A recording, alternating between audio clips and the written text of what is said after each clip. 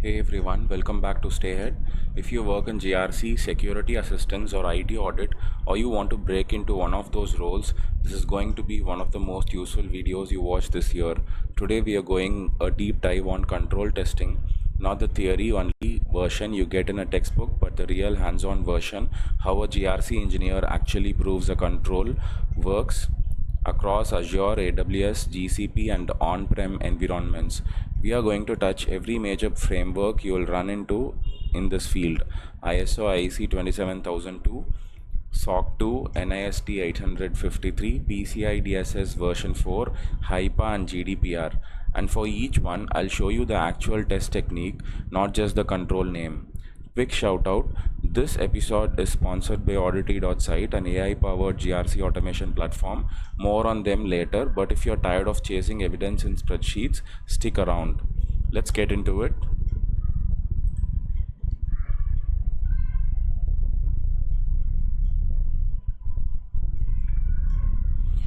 Here's the roadmap for today. We are covering 12 sections: GRC fundamentals and jargon, testing techniques and sampling, the environments and tooling you will actually touch, Azure, AWS, GCP, on-prem, and then we go framework by framework. ISO 27002's full 93 controls across four themes. SOC 2's trust services criteria, all 20 NIST 853 control families, PCIDSS V4's 12 requirements, the HIPAA security rule, and GDPR's key articles. After that, we'll do real world walkthroughs, show you how to cross map one test across 5 frameworks, cover reporting and risk rating, and close with best practices and pitfalls. Just so you know the scope here, these frameworks combined have over 1,000 individual controls. We're not skipping any of them. We group every clause and control family so you get the hands-on test method for each one, even if we move quickly through some.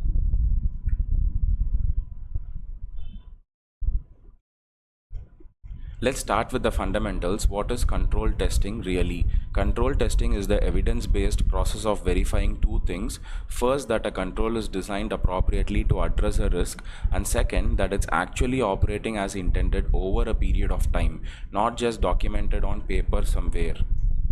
Think of it this way: trust but verify with an audit trail. There's something I call the GRC triangle, and it's worth internalizing early. Governance sets the policy and the accountability. Risk identifies the threats that controls need to mitigate. Compliance defines which controls a given framework actually requires. An audit or testing is what verifies the control actually works. Everything we do today lives in that fourth piece. And really, every single control test you'll ever perform is answering just two questions. Question 1: design effectiveness. If this control operated exactly as designed, would it actually address the risk? Question 2: operating effectiveness. Did the control actually function consistently throughout the entire audit period, not just today when someone's watching? Keep those two questions in your head. We'll come back to them constantly.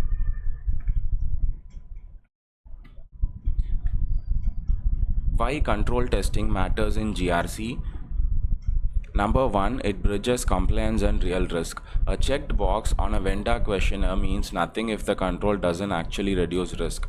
Testing proves the control works, not just that it exists on paper. Number two, it feeds formal assurance. Your SOC 2 report, your ISO 27000 certification decision, your PCI DSS attestation or compliance, all of that is built directly on the results of control testing. No testing, no attestation.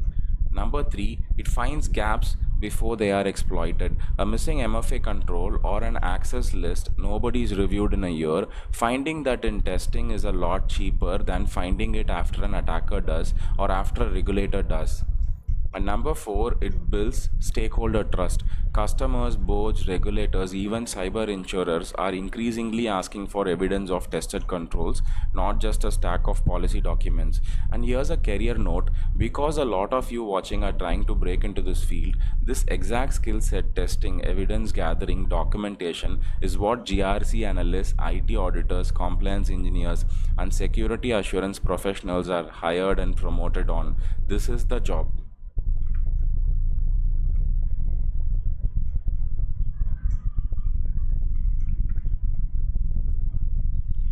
Core GRC vocabulary part 1.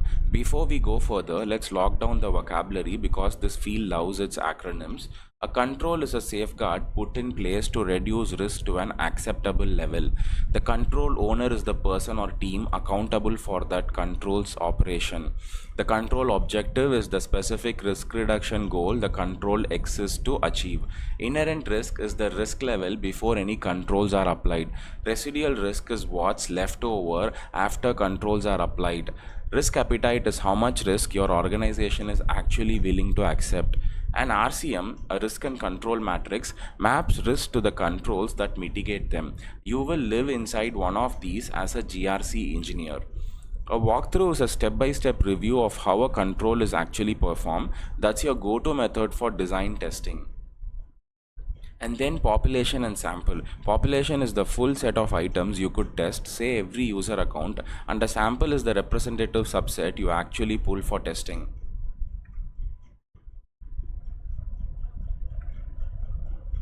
Core GRC vocabulary part 2, second batch of vocabulary, and this set is where a lot of newcomers get tripped up.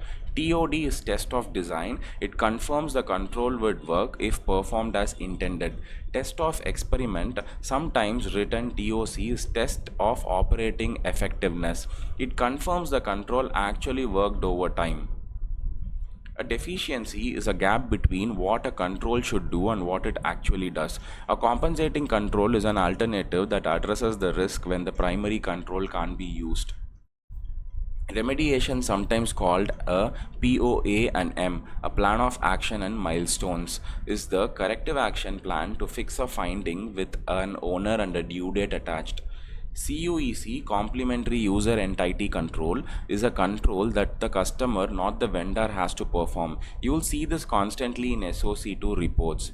Attestation is a formal statement like a SOC2 report that controls were tested and assessed. SOD, segregation of duties, means no single person controls an entire high-risk process end-to-end. And finally, evidence or artifact is the actual documentation, the log. The screenshot, the export that proves a control operated. A finding is a documented instance where a control didn't meet the expected criteria. Get comfortable with these terms. We are going to use every single one of them for the rest of this video.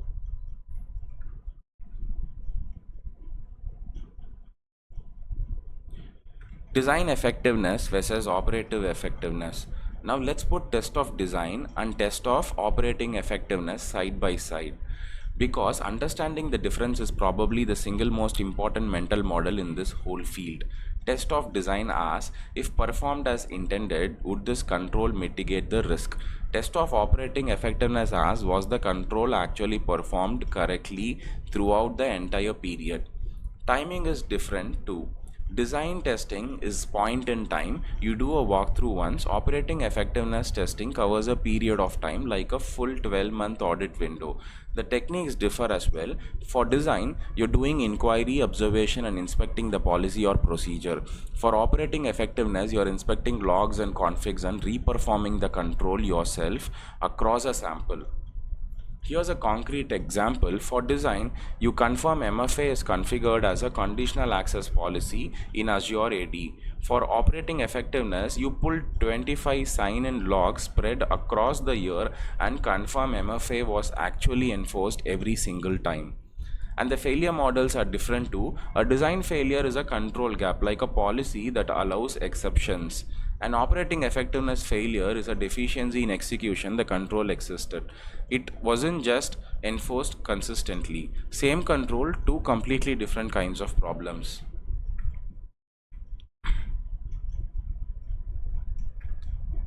The 4 core testing techniques. Let's talk technique. There are 4 core testing techniques and they form a hierarchy of evidence strength. Inquiry is asking the control owner how the control works. For example, interviewing the SOC lead about how privileged access requests got approved. This is the weakest technique used alone. You always want to corroborate it with something else. Observation is watching the control being performed live, like watching an admin badge into the data center and observing the man trap in use. It's point in time only and it can't prove consistency over the audit period. Inspection is reviewing documents, logs, screenshots, or configs, pulling CloudTrail logs, an IAM policy JSON, or a signed access review spreadsheet. This is strong evidence, and honestly, is the GRC engineer's default technique day to day.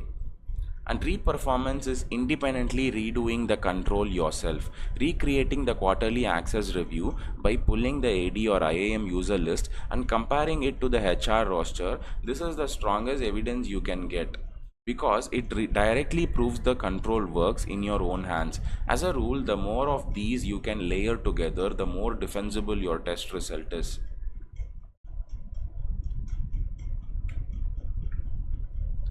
Sampling strategies and evidence selection. Now you almost never test an entire population. That's where sampling comes in. There are two main approaches. Statistical sampling is random or attribute based sampling at a defined confidence level, typically 90 to 95%. You use this when the population is homogeneous and you need a defensible unbiased subset. This is common in SOC2 and financial adjacent controls. Judgment or risk-based sampling is where you deliberately target the highest risk items, privileged and admin accounts, terminated users, internet-facing systems, anything handling cardholder data. You use this when risk is concentrated rather than evenly spread across the population. And here's a sample size cheat sheet worth memorizing. For a population of 1 to 10 items, test 100%. Full population testing when the pool is small. For 11 to 50 items, about 15 samples favoring high risk items judgmentally. For 50 to 250 items, around 25 samples. This is the standard statistical sample size used in most SOC2 engagements. Beyond 250 items, 30 to 60 samples, the sample size grows slowly as the population grows under attribute sampling. One exception that overrides all of this, privileged and terminated accounts. Test 100% of those regardless of population size. Those are never sampled down.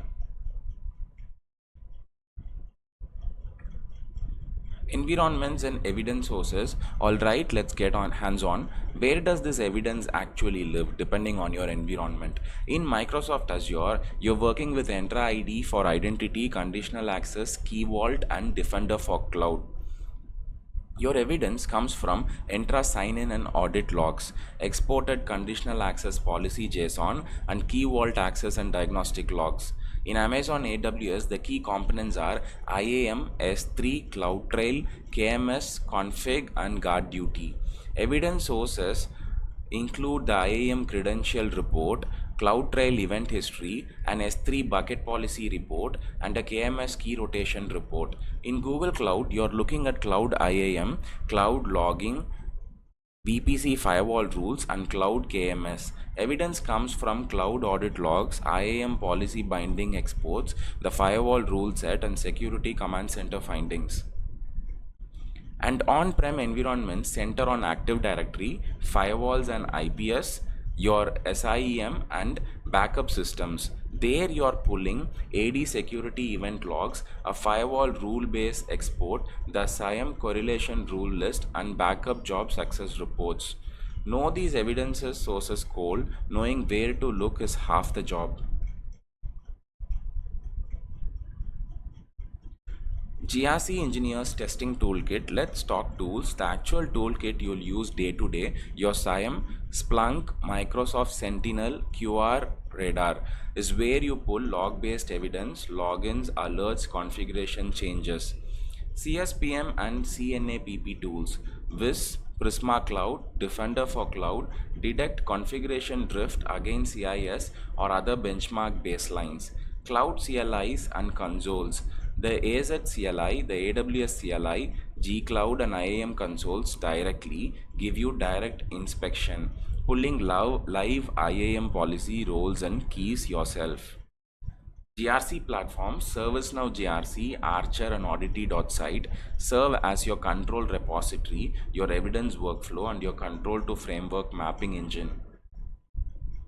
Ticketing systems, Jira, ServiceNow, ITSM give you change approval trails and access request and approval evidence. And scripting, PowerShell, Python, Bash lets you bulk, pull and parse evidence at scale and build repeatable test scripts instead of doing everything by hand every quarter.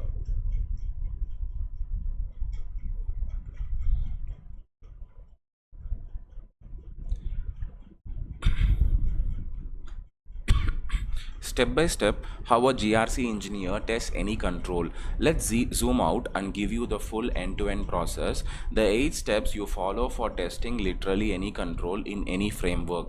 Step 1. Understand the control objective and risk it mitigates. Step 2. Identify the control owner and where the evidence actually lives.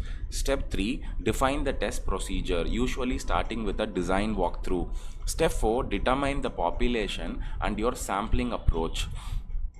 Step 5. Request or pull the evidence, screenshots, exports, logs. Step 6. Compare expected, meaning the criteria. Actual against actual, meaning the condition you found. Step 7. Document the result, met, exception or deficiency. And step 8. Report it, rate the risk and track remediation through a POA and M. Memorize this flow. Every framework we cover for the rest of this video runs through these same 8 steps, only the specific control changes.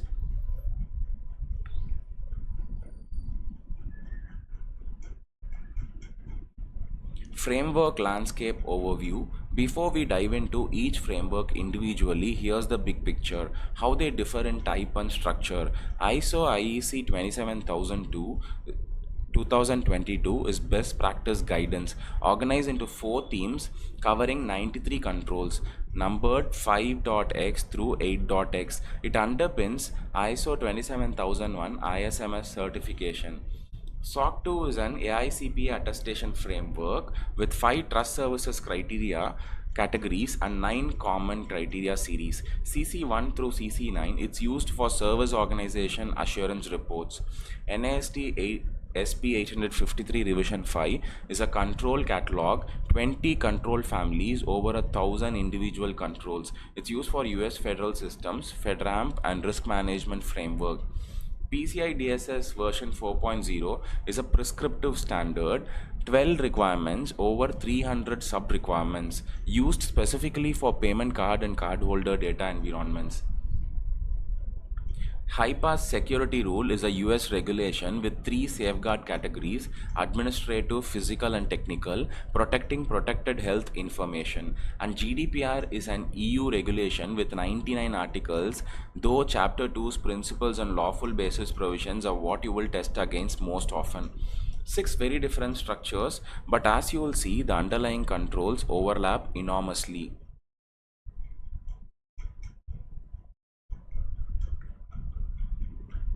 Let's start our framework by framework tour with ISO IEC 27002 2022 and its 37 organization controls, clauses 5.1 through 5.37. 5.1 Policies for Information Security. You inspect the policy document itself, version, owner and board or management approval date plus the last annual review. 5.2 through 5.4 cover IS roles, segregation of duties, management responsibilities. You review the RASI or organization chart and test segregation of duties by sampling a transaction that requires 2 approvers. 5.5 and 5.6 are contact with authorities and special interest groups, inspect evidence of CERT or ISAC membership or a law enforcement contact list and confirm its current.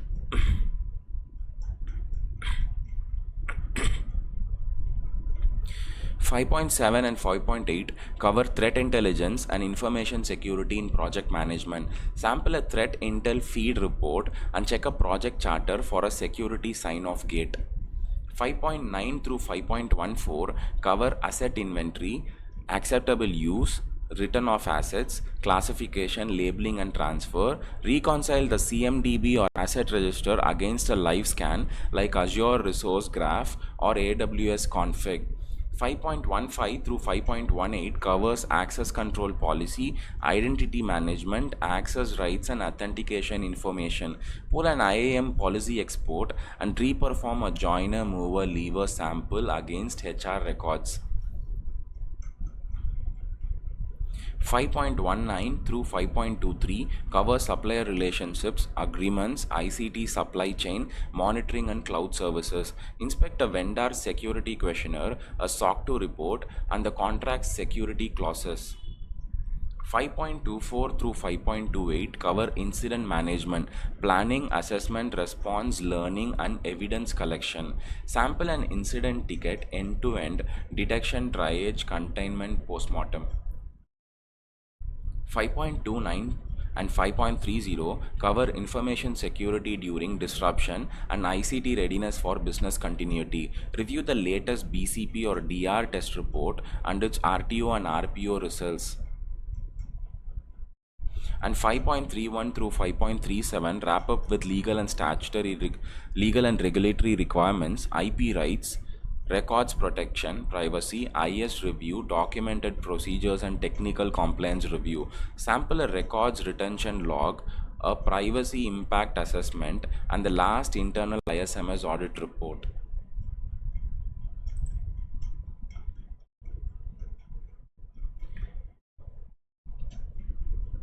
Slide 15, ISO 27002, people and physical controls. Next up, the people controls. Clause 6.1 through 6.8 and physical controls 7.1 through 7.14. On the people side, 6.1 and 6.2 cover screening and terms of employment. Sample new hire files for background check completion and signed employment terms.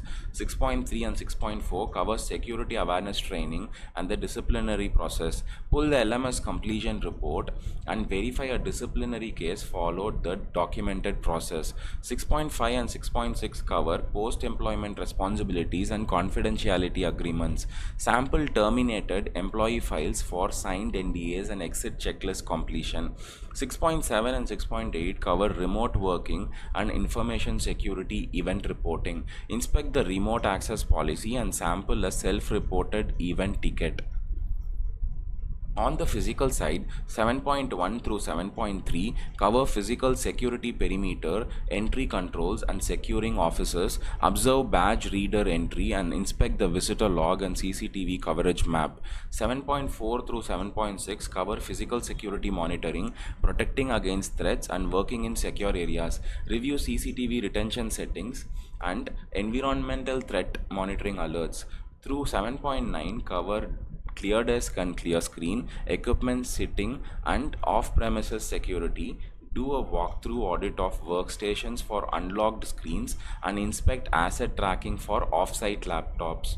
7.10 through 7.12 cover storage media, supporting utilities and cabling security. Inspect media disposal or degaussing certificates and UPS or generator test logs. And 7.13 and 7.14 cover equipment maintenance and secure disposal or reuse. Sample maintenance logs and certificates of data destruction for decommissioned assets. Clauses 8.1 to 8.3. Technological controls 34 part 1. Now the big one, technological controls 34 total, clauses 8.1 through 8.34. We'll split this across two slides. 8.1 through 8.3 cover user endpoint devices, privileged access rights and information access restriction. Check your MDM or Intune compliance policy and reperform a privileged access list against the approved access matrix. 8.4 through 8.6 cover access to source code, secure authentication and capacity management. Inspect repository branch protection settings, test MFA reinforcement, and review capacity alert thresholds. 8.7 through 8.9 cover malware protection, technical vulnerability management, and configuration management. Confirm EDR is deployed to 100% of endpoints and review the latest vulnerability scan and patch SLA compliance. 8.10 through 8.12 cover information deletion, data masking and data leakage prevention. Inspect secure deletion certificates, verify mass data in non-production and review the DLP alert queue. 8.13 and 8.14 cover information backup and redundancy of processing facilities. Sample a backup restore test and review failover or DR exercise results. 8.15 through 8.17 cover logging, monitoring activities, and clock synchronization. Inspect the SIEM log retention configuration, review alert triage tickets, and verify NTP sync across servers.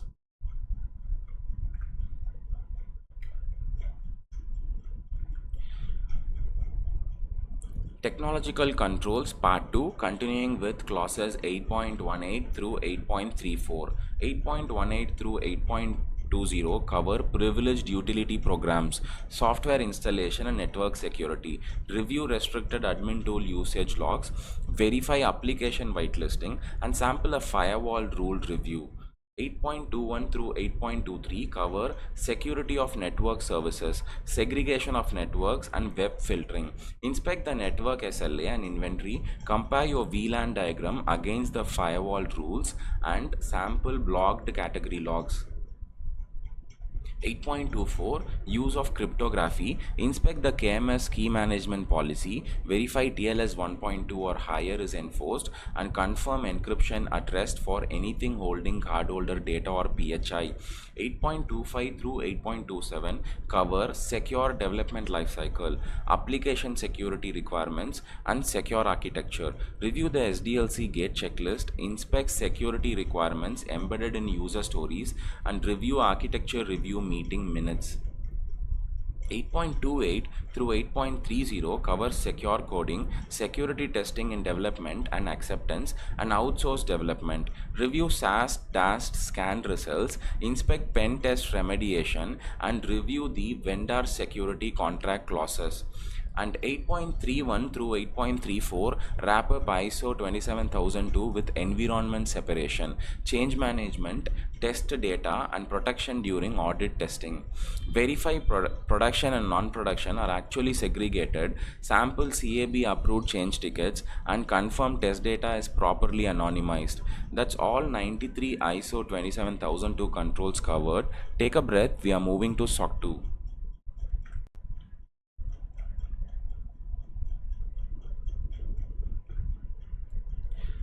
Now let's talk SOC 2 and the AICPA's trust services criteria. There are 5 trust services criteria. Security is mandatory for every single SOC 2 report. This is where the common criteria CC1 through CC9 live. Availability means the system is available for operation and use as committed. That's criteria A1.1 through A1.3. Processing integrity means processing is complete, valid, accurate, timely, and authorized. Criteria PI 1.1 through PI 1.5. Confidentiality means information designated as confidential is actually protected. C1.1 and C1.2. And privacy means personal information is collected, used, retained, and disposed of per the organization's stated commitments. That spans P1 through P8. Every SOC2 report includes security. The other 4 are optional, added based on what the service organization actually commits to.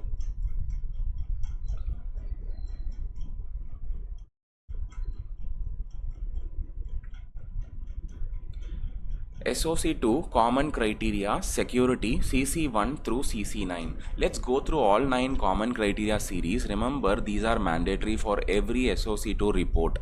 CC1 control environment.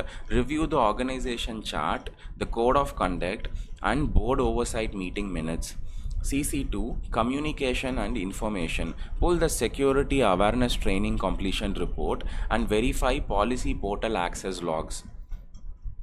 CC3 risk assessment. Inspect the risk register for annual updates and documented risk assessment methodology. CC4 monitoring activities. Review internal audit or control self-assessment reports and their follow-up tracking. CC5 control activities. Inspect the risk and control matrix mapping controls to identified risks. CC6 logical and physical access controls. Request quarterly AWS IAM access review evidence and observe badge access logs. We'll actually walk through this exact test later in the video. CC7 system operations. Review vulnerability scan results and incident response ticket handling times. Change management CC8, sample change tickets for CAB approval, testing evidence and rollback plans. And CC9, risk mitigation, review vendor risk assessments, the cyber insurance policy and the business continuity plan.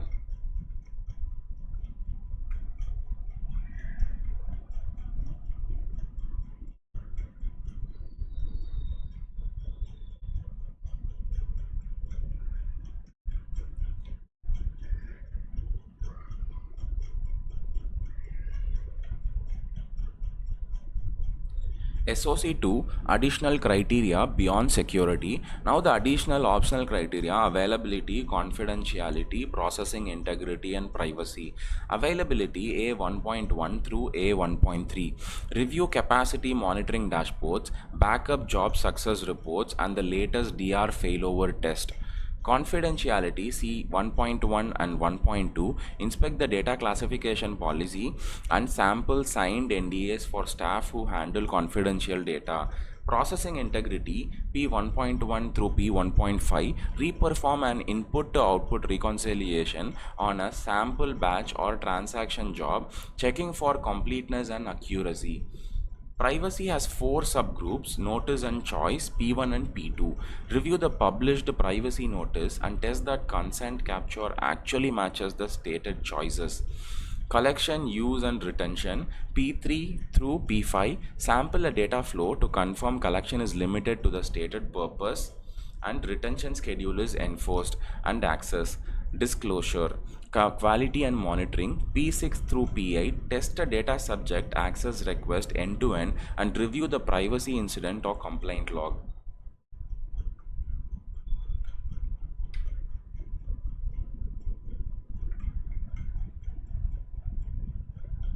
NIST SP 853 Rev 5, all 20 control families. Now NIST SP 853 Revision 5, the biggest catalog we'll cover with 20 control families and well over 1,000 individual controls. Let's just get the full list on the table. Access control, awareness and training, audit and accountability, assessment, authorization and monitoring, configuration management, contingency planning, identification and authentication, incident response, maintenance and media protection. And physical and environmental protection, planning, program management, personal security, PII processing and transparency, risk assessment, system and services acquisition, system and communications protection, system and information integrity and supply chain risk management. 20 families. In the next few slides we'll focus on the high frequency ones you'll actually test most often, then rapid fire through the rest.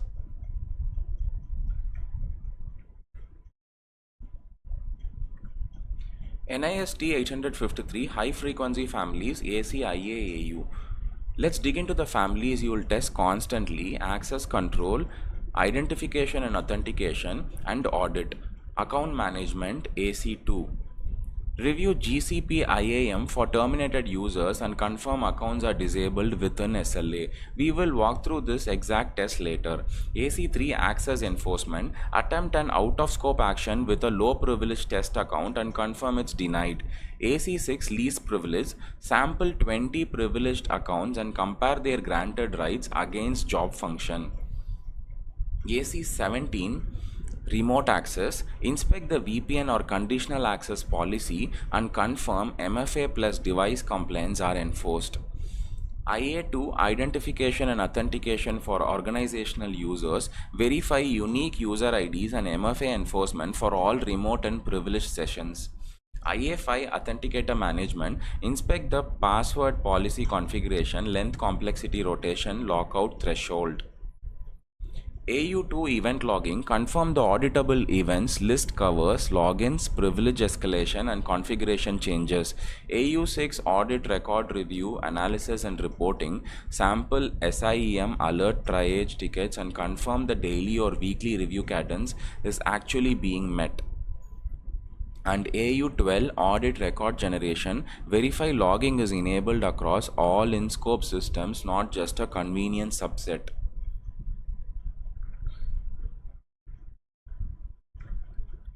Slide 23, NIST 853, High Frequency Families, CM, RA, IR, SC, SI. Continuing with configuration management, risk assessment, incident response and system protection. CM2 baseline configuration. Compare a live server or image configuration against the approved hardened baseline like a CIS benchmark. Configuration settings. Reperform a config scan and confirm there are no unauthorized deviations from baseline. Risk assessment. Inspect the latest risk assessment risk report and confirm it covers all in-scope systems. Vulnerability monitoring and scanning. Review the vulnerability scan cadence and confirm critical findings were remediated within SLA. IR4 incident handling. Sample a security incident ticket end to end, covering detection, containment, and eradication. IR6 incident reporting. Confirm incidents were reported to required stakeholders or regulators within the required timeframes. SE7 boundary protection. Inspect firewall and network segmentation rules between trust zones.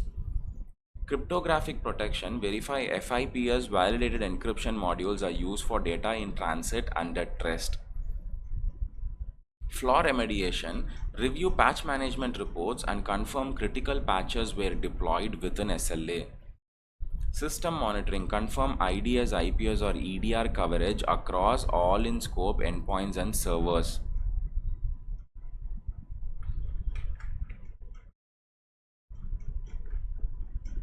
Slide 24, NIST 853, remaining families, quick reference. Let's rapid fire through the remaining 12 families, AT awareness and training, pull LMS completion reports and verify role-based training like secure coding training for developers. CA assessment, authorization and monitoring, review the system's authority to operate package and its continuous monitoring plan. CP contingency planning, inspect the contingency plan and evidence of the latest tabletop or full DR exercise. MA maintenance. Sample maintenance logs for remote maintenance sessions requiring approval and logging. MP media protection. Inspect media sanitization or destruction certificates for decommissioned drives. PE physical and environmental protection. Observe data center badge access, visitor logs and environmental monitoring for fire, temperature and humidity. PL planning, review the system security plan for currency and completeness. PM program management, inspect the enterprise risk management strategy and the security program charter. PS personal security, sample personal files for background checks and signed access agreements. PT PII processing and transparency, review the privacy impact assessment and the PII inventory. SA system and services acquisition, inspect vendor contracts for required security clauses and SBOM requirements. And SR supply chain risk management, review third party risk assessments and supply chain risk register entries. That's all 20 NIST families. On to PCIDSS.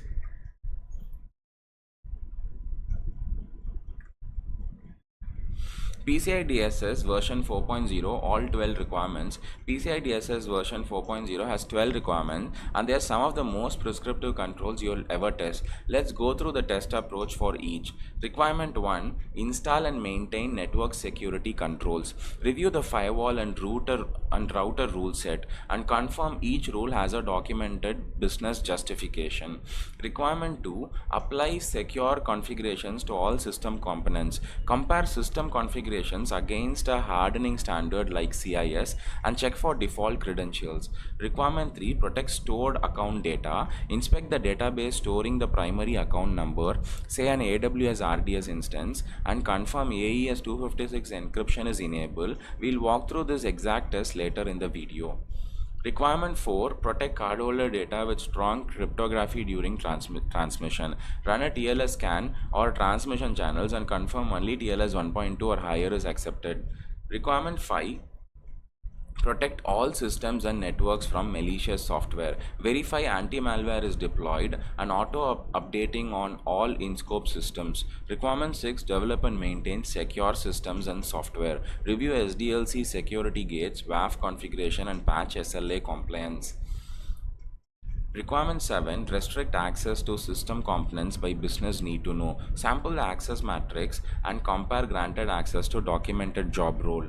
Requirement 8. Identify users and authenticate access. Verify MFA is enforced for all remote access and all administrative access.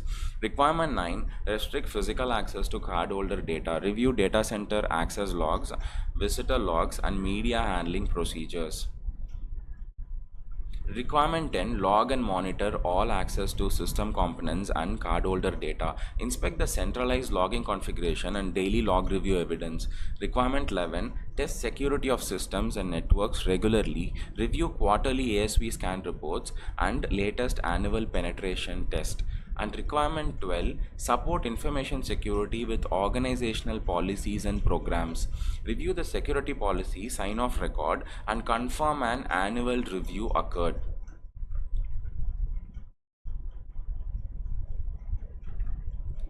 HIPAA security rule administrative safeguards. Let's move to HIPAA, starting with administrative safeguards under section 164.308. Security management process. Inspect the risk analysis and risk management plan and confirm it's updated at least annually. Assigned security responsibility. Verify a named security officer exists with documented responsibilities. Workforce security. Sample workforce clearance and termination records for authorization and timely access removal. Information access management. Re-perform a role-based access review for systems holding PHI. Security awareness and training. Pull the training completion report and confirm coverage of all workforce members with PHI access. Security incident procedures. Sample a security incident ticket and confirm it followed the documented response procedure. Contingency plan. Review the data backup plan, disaster recovery plan, and latest test results. Evaluation. Inspect the most recent periodic technical or non-technical security evaluation.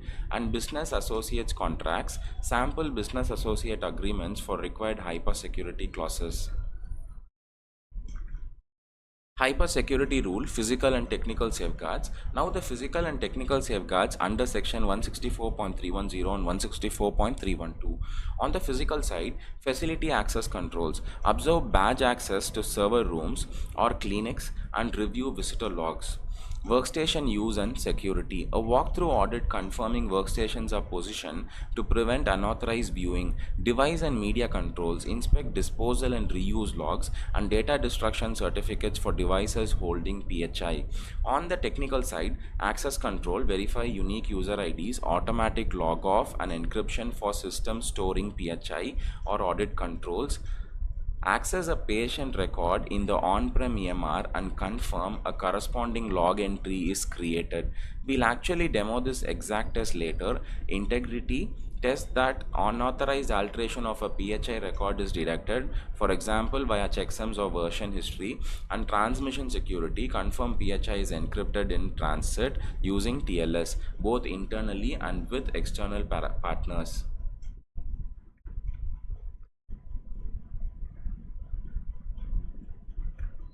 GDPR key articles. Last framework GDPR, we'll focus on the key articles that actually come up in testing. Article 5, the core principles: lawfulness, minimization, accuracy, storage limitation. Sample a data inventory record and confirm the retention period matches the stated purpose. Article 6 and 7, lawful basis and conditions for consent. Inspect the consent capture mechanism and confirm it's specific, informed, and freely given. Article 17, the right to erasure, the right to be forgotten. Submit a deletion request against the GCP database and confirm the data is actually deleted within 30 days. We will demo this one later too. Article 25, data protection by design and by default. Review a system design document for evidence that privacy was considered at the design stage, not bolted on afterward. Article 30, records of processing activities are ROPA. Inspect the ROPA register for completeness against known data flows. Article 32, security of processing. Verify encryption, pseudo anonymization and resilience measures match the actual risk level of the data. Article 33 and 34, breach notification, the 72-hour rule. Sample a breach ticket and confirm notification timestamps fall within 72 hours of awareness.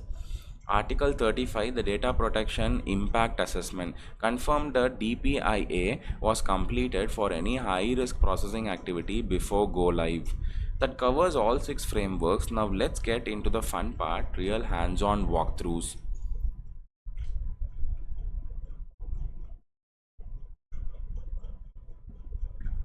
Real world walkthroughs, part 1 of 2. Let's actually run these 3 tests from procedure all the way to finding. First, ISO 27002 clauses 5.17 and 8.5 secure logon procedures.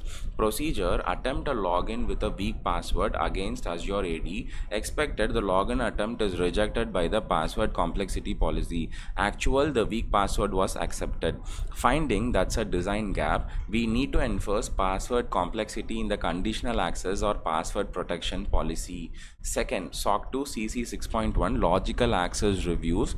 Procedure: request quarterly access review logs from AWS IAM. Expected: evidence of the review being performed plus removal of unused accounts. Actual: no quarterly reviews were actually performed. Finding: that's a SOC 2 security criteria exception under CC 6.1. We need to implement a recurring access review cadence.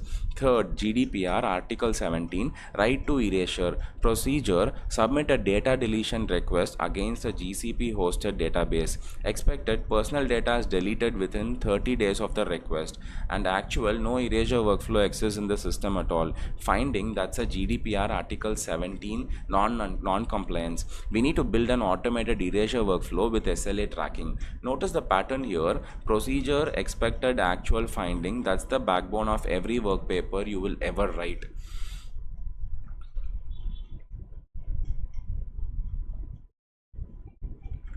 Slide 30, real world walkthroughs, part 2 of 2 for 4 more real examples.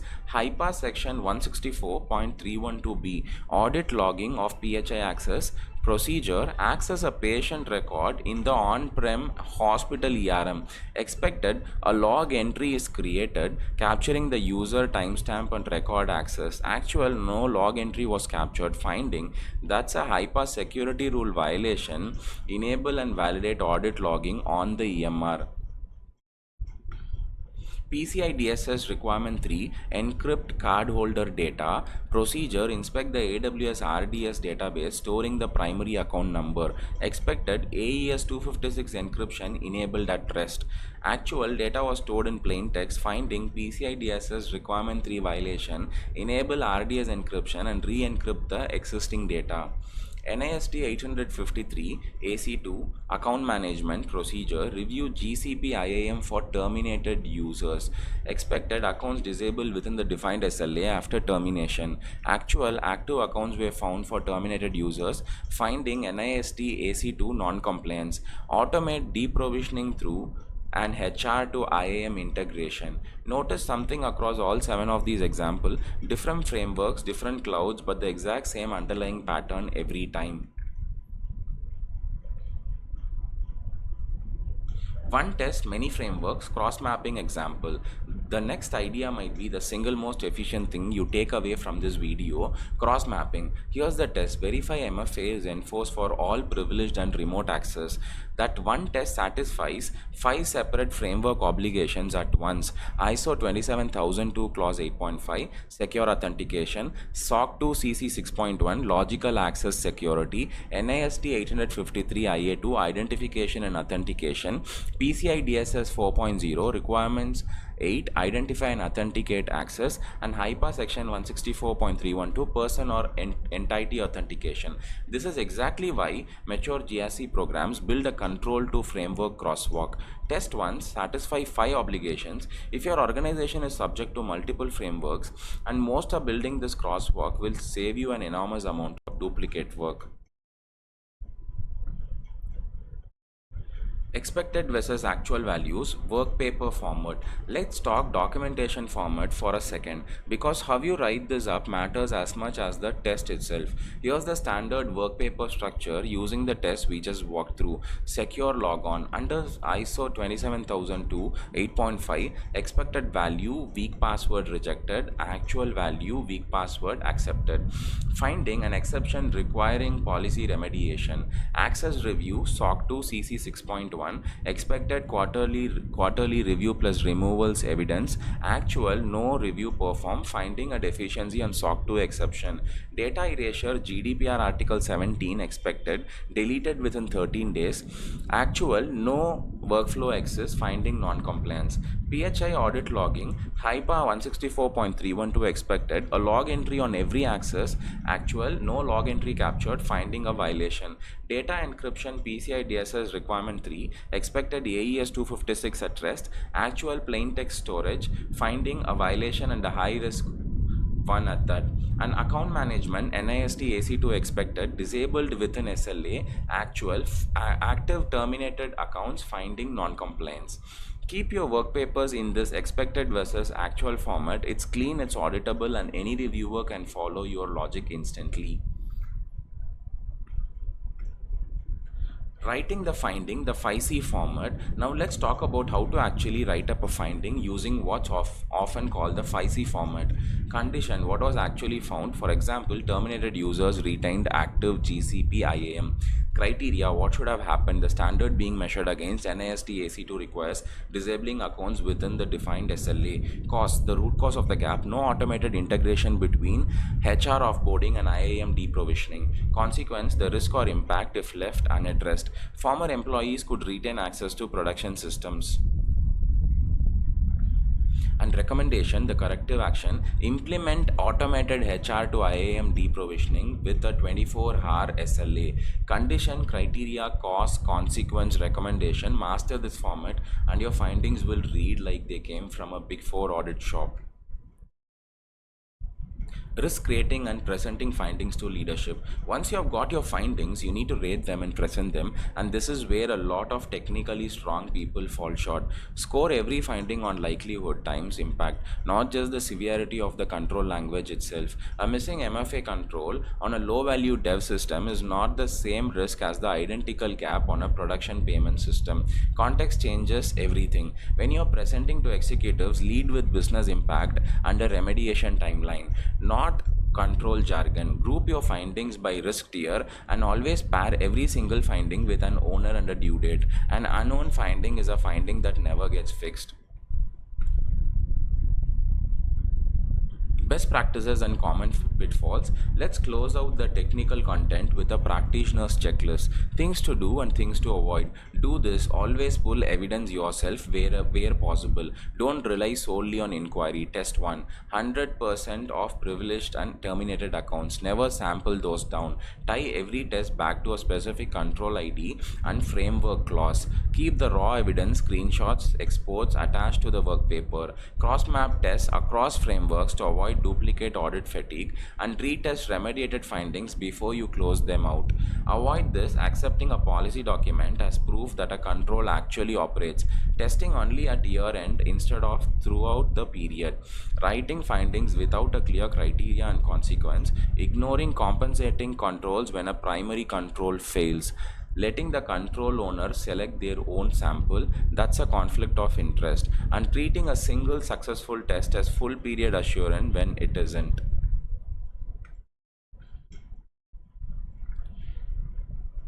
Let's wrap up with the 5 things I want you to walk away with today. 1. Control testing is the bridge between paper compliance and real risk reduction. 2. Cloud and on-prem environments require different evidence sources. Know where to look before you start testing. 3. Frameworks overlap heavily. One well-designed test often satisfies ISO, SOC 2, NIST, PCI, and HIPAA all at once. 4. Design effectiveness and operating effectiveness are two different questions. Always test both, never just one. And 5. Strong documentation, condition, criteria, cause, consequence, recommendation is your strongest audit defense when anyone pushes back on a finding.